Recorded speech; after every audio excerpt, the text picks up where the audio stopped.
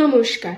আপনাদের ক্লাস 10 বা ক্লাস 12 এর মার্কশিট যদি কোনো কারণবশত হারিয়ে যেয়ে থাকে বা সেটিকে খুঁজে পাচ্ছেন না, তাহলে একটি ওয়েবসাইটের মাধ্যমে খুব সহজেই সেটি বার করে নিতে পারবেন।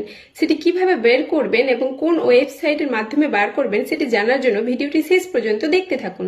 সবার প্রথমে গুগলে যেয়ে এই ওয়েবসাইটটি ওপেন করে নিন। ওপেন করার পর মেন ওয়েবসাইটটি ক্লিক করুন। স্ক্রল ডাউন করতে নিচের দিকে বোর্ড এক্সাম এই অপশানটি ক্লিক করুন। ক্লিক করার পর ডুপ্লিকেট ডকুমেন্টস এই অপশানটি ক্লিক করুন। তারপরে এই অপশানটি ট্যাপ করুন। তারপরে এই অপশানটি ক্লিক করুন। তারপরে ডুপ্লিকেট সেই অপশানটিতে ট্যাপ করুন। তারপরে কন্টিনিউ করুন। করার পর প্রিন্টেড ডকুমেন্টস এই অপশানটি ক্লিক করুন। এখানে আপনাদের ক্লাস সিলেক্ট করে নিন।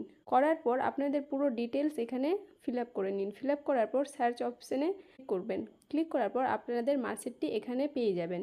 এখান থেকে আপনারা সেটিকে প্রিন্ট আউট বা ডাউনলোড করে নিতে পারবেন।